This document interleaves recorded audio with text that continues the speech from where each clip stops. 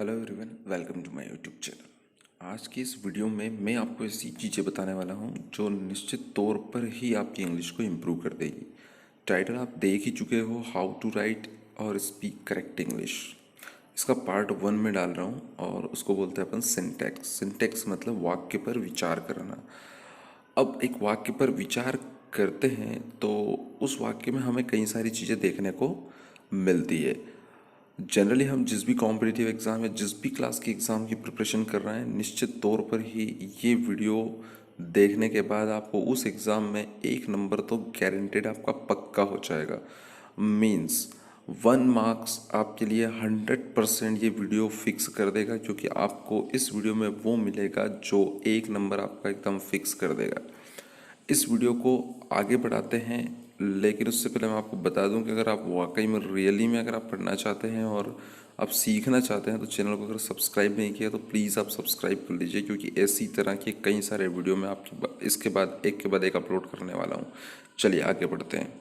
सबसे पहले हम एक जो सेंटेंस है उस पर फोकस करते हैं, तो उसका एक सब्जेक्ट होता है और वो सब्जेक्ट आपका नाउन भी हो सकता है और प्रोनाउन भी हो सकता है। नाउन और प्रोनाउन के बाद एक सब्जेक्ट होने के बाद उसकी एक वर्ब होती है और वो 2 फॉर्म में होती है। एक वर्ब को हम हेल्पिंग वर्ब बोलते हैं और दूसरी को हम मेन वर्ब बोलते हैं। जो हेल्पिंग वर्ब होती है और मेन वर्ब होती है वो टेंस के अनुसार बदल जाती है। तो हेल्पिंग वर्ब भी बदल जाती है टेंस के अकॉर्डिंग और मेन वर्ब भी बदल जाती है। परंतु हम इससे पहले कुछ नॉर्मल सेंटेंसेस जहाँ पर हम बेसिक जो रहता है वो क्लियर हो जाए, तो हम बिल्कुल नॉर्मल सेंटेंसेस पे फोकस करेंगे। हम टेंस के अकॉर्डिंग फोकस नहीं करेंगे। और हर एक सेंटेंस में कुछ सेंटेंसेस ऐसे हैं जिनमें ऑब्जेक्ट होते हैं और कुछ में नहीं होते हैं। तो सबसे पहले हम बात कर लेते हैं सबसे इनिशियल लेवल की, जहाँ पर नाउन या प्रोनाउन जो सब्जेक्ट के रूप में होती है और उसके अकॉर्डिंग वर्ब उसमें क्या होती है। ठीक है, तो इस सब्जेक्ट और वर्ब के संबंध को हम सब्जेक्ट वर्ब एग्रीमेंट कहते हैं। मीन्स क्या कंडीशन है कि कौन से सब्जेक्ट के साथ क्या एग्रीमेंट वर्ब का होता है, उसी को सब्जेक्ट वर्ब एग्रीमेंट कहते हैं। और इसी का डिस्कशन हम इस सिंटेक्स नाम की चीज़ में या सिंटेक्स नाम के टॉपिक के अंडर में करेंगे। तो एक सब्जेक्ट होता है, वो सिंगुलर भी हो सकता है, प्लूरल भी हो सकता है, और उसी के अनुसार जो वर्ब होती है वो भी सिंगुलर भी हो सकती है और प्लूरल भी हो सकती है। तो आपने देखा होगा जो कई सारे सेंटेंसेस होते हैं, और इससे पहले भी आपने इंग्लिश पढ़ी होगी, तो उसमें सिंगुलर सब्जेक्ट क्या होता है और प्लूरल क्या होता है, और सिंगुलर वर्ब क्या होती है, उस प्लूरल वर्ब क्या होती है, ये सब आपने देखा होगा और आपको ये चीज़ पता भी होगी। बट बल्कि इससे आगे बढ़कर जो मैं आपको बताऊंगा वो क्या होगा, जब सिंगुलर सब्जेक्ट के साथ सिंगुलर वर्ब आती है तो हम उसको एस एस कॉम्बिनेशन बोलते हैं।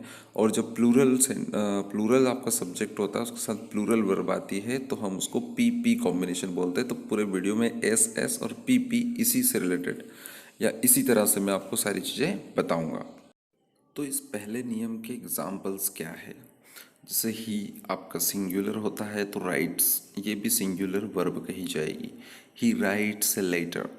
लेकिन अगर आपका सब्जेक्ट प्लूरल हो तो जैसे सेकंड वाक सेंटेंस है, दे प्ले क्रिकेट, तो यहाँ पर प्लेज नहीं लगा है, जैसे राइट्स में एस लगा है।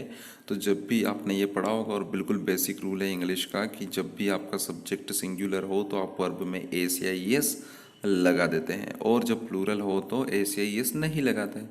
तो सेम यहाँ पर भी फॉलो हो रहा है। He writes letter, they play cricket, boys sing song. तो देख रहे हो आप, दूसरे और तीसरे में जब आपका सब्जेक्ट प्लूरल है तो जो वर्ब है वो भी प्लूरल है, और फर्स्ट वाले सेंटेंस में जो सब्जेक्ट है वो सिंगुलर है तो वर्ब भी सिंगुलर है। ये तो चलिए वो बात हुई जो आपको हमेशा से याद है। लेकिन यहाँ पर मिस्टेक कहाँ होती है ये मैं आपको इसके बाद बताऊंगा।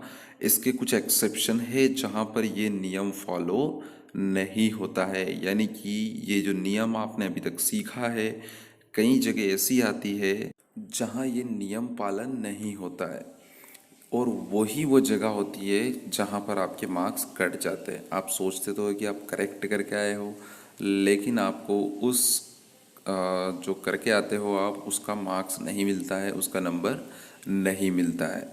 तो चलिए देख लेते हैं वो एक्सेप्शंस क्या है। पहला एक्सेप्शन देखते हैं। आपने सुना होगा डेयर और नीड, ये दो वर्ब है, लेकिन कई बार ये मॉडल वर्ब की तरह यूज़ होती है। लेकिन जब मॉडल वर्ब की तरह यूज़ करते तब भी इसमें कई सारी प्रॉब्लम हो जाती है। तो आप ऐसे सेंटेंस को देखिए जिस सेंटेंस में डेयर नॉट या नीड नॉट लगा हो। तो इस स्थिति में आपके सिंगुलर सब्जेक्ट के साथ सिंगुलर वर्ब या प्लूरल के साथ प्लूरल वर्ब नहीं आती, यानी कि डेयर और नीड वर्ब है लेकिन फिर भी ये प्लूरल फॉर्म में ही आती है।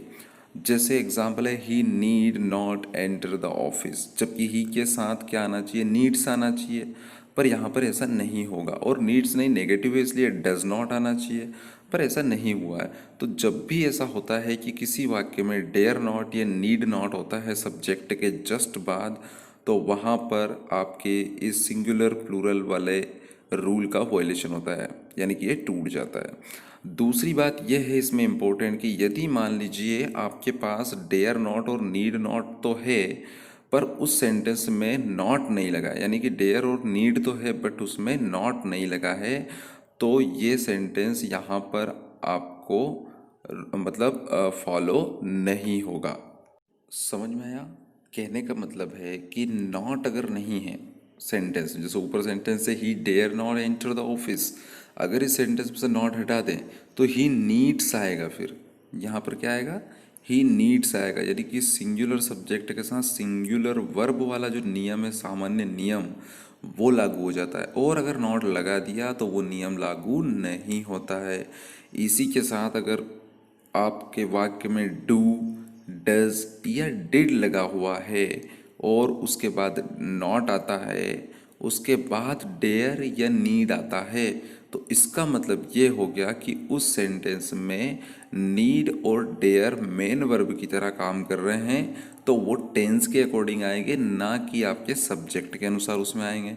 यानी कि जब भी वाक्य में डू, डज या डिड होता है तो उस स्थिति में आपको उपरोक्त नियम को नहीं मानना है। यानी कि जो नॉर्मल नियम है, जो सामान्य नियम है, सब्जेक्ट के साथ सिंगुलर सब्जेक्ट के साथ सिंगुलर वर्ब वाला और प्लूरल सब्जेक्ट के साथ प्लूरल वर्ब वाला, वो ही सामान्य नियम लागू होता है।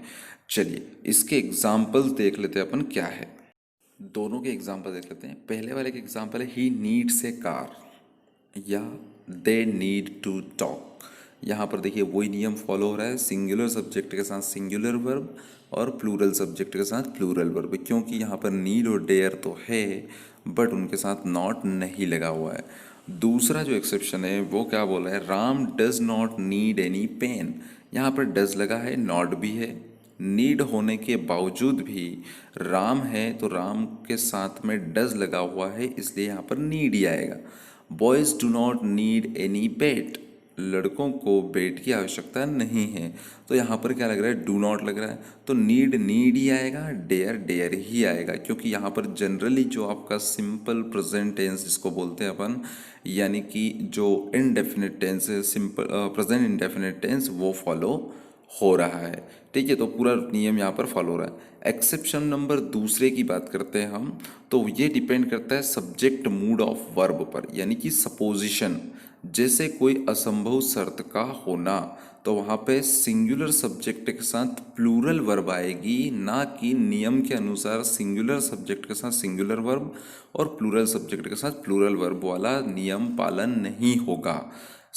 एस पी लागू होगा, मतलब सिंगुलर सब्जेक्ट के साथ प्लूरल वर्ब आएगी।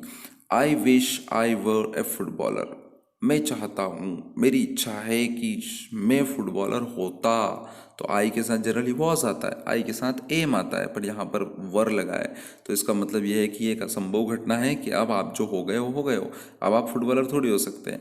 दूसरे से और अच्छा समझ में आएगा आपको, इफ़ आई वर यू, यदि मैं तुम होता, तो यदि मैं तुम तो हो ही नहीं सकता ना, क्योंकि इसमें तो कोई चांस ही नहीं बनता, ये तो बिल्कुल इम्पॉसिबल जैसी बात है कि मैं ही हूँ, तुम नहीं हो सकता। ठीक है, तो वो कह रहा है इफ़ आई वर यू, अगर मैं तुम होता, तो यहाँ पर असंभव जैसी संभावना है, तो इसके लिए क्या, उस नियम का पालन नहीं हो रहा है। यहाँ पर है were she a bird she would fly, अगर वो क्या होती, पक्षी होती, तो वो आसमान में उड़ सकती थी, लेकिन पक्षी होना तो लगभग असंभव बात है। तो इसलिए यहाँ पर शी के साथ भी वर का यूज़ किया है। चलिए इसका थर्ड और लास्ट एक्सेप्शन देख लेते हैं। ये अपवाद है कि subject mood off verb, again subject के मूड ऑफ वर्ब, लेकिन यहाँ पर सपोजिशन ना होने की जगह पर क्या है, विश। यानी कि अगर आपने काइंड्स ऑफ सेंटेंस पढ़े हैं तो उसमें आपने ऑप्टेटिव सेंटेंस जरूर पढ़े होंगे। तो ऑप्टेटिव सेंटेंस का मतलब क्या होता है, जिन सेंटेंसेस में हम विश करते हैं या इच्छा करते हैं। तो यहाँ पे कुल 4 ऐसी वर्ब है जो आपका सिंगुलर सब्जेक्ट के साथ सिंगुलर वर्ब और प्लूरल सब्जेक्ट के साथ प्लूरल वर्ब का नियम का पालन नहीं करती है, उस नियम का उल्लंघन करती है। वो वर्ब है, आपको हमेशा ध्यान रखना है, bless, live, save and help. Example देख लेते हैं, गॉड सेव हर चाइल्ड, भगवान उसके बच्चे की रक्षा करे। तो यहाँ पे गॉड सिंगुलर है, तब भी वर्ब जो है सेव प्लूरल, जबकि क्या आना चाहिए, सेव्स आना चाहिए, एस लगना चाहिए इसमें। दूसरा है गॉड हेल्प अस, भगवान हमारी मदद करे। तो यहाँ पे विश जताई जा रही है। तो हर जगह गॉड गॉड सिंगुलर है, बट सिंगुलर होने के साथ साथ इसकी वर्ब भी सिंगुलर ना होते हुए प्लूरल है। तो हेल्प जो है वो हेल्प्स होना चाहिए। तीसरा है God bless you, may he live long. तो ही के साथ लाइव्स आना चाहिए, लेकिन यहाँ पर ऐसा नहीं हो रहा है, पूरा नियम का उल्लंघन हो रहा है, यानी कि रूल फॉलो नहीं हो रहा है।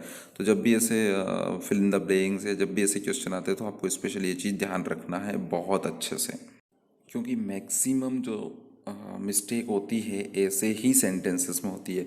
और कॉम्पिटिटिव एग्जामिनेशन में या आप किसी भी बोर्ड क्लास में, लोकल क्लास में आप जब अपनी एग्ज़ाम दे रहे हो तो उस एग्ज़ाम में इसी तरह के सेंटेंसेस ज़्यादा पूछे जाते हैं जिसमें मिस्टेक होने के चांस रहते हैं। हमें लगता है कि बहुत ईजी था, हमने कर दिया है करेक्ट, पर नहीं हो पाता है, वो गलती हो ही जाती है। तो ये नियम जहाँ पर लागू होंगे, ये एक्सेप्शंस वाले जो सेंटेंस है वो आपको दिए जाते हैं। चलिए तो थोड़ा सा खुद को टेस्ट भी कर लेते हैं कि हमने आज जो सीखा है वो सही सीखा है नहीं सीखा। तो यहाँ पर कुछ सेंटेंसेस मैं दे रहा हूँ एक्सरसाइज के लिए, उनको आपको करेक्ट करके बनाना है ना। करेक्ट द फॉलोइंग सेंटेंस, मैंने यहाँ पे गलत सेंटेंस दिए, इनको करेक्ट करिए और करेक्ट करने के बाद इनके जो आंसर से आप खुद चेक करिए। अगर आपको लगता है कि आप चेक नहीं कर पा रहे हैं तो आप कमेंट बॉक्स में अपना राइट आंसर कमेंट करिए, और मैं आपको, अगर आप गलत बना रहे हो तो मैं आपको उसको करेक्ट करके दूंगा, और अगर आपने सही बनाया है तो वेल एंड गुड, मैं आपको उसके लिए भी कि आपका सेंटेंस करेक्ट है मैं आपको रिप्लाई दे दूंगा, तो आपको पता चल जाएगा। इसी तरह के कई सारे ऐसे ऐसे नियम हैं जो हम नहीं मतलब हमें नहीं पता है, हमें उनकी जानकारी नहीं है, और जिसकी वजह से हमारे जो एग्ज़ाम में मार्क्स कम आ पाते हैं। तो एक के बाद में उनको डिस्कस करेंगे हम एक के बाद एक वीडियो में। आज के इस वीडियो में इतना ही। चैनल को सब्सक्राइब करिए, लाइक करिए, पसंद आया तो, और कमेंट भी करिए। Thank you very much.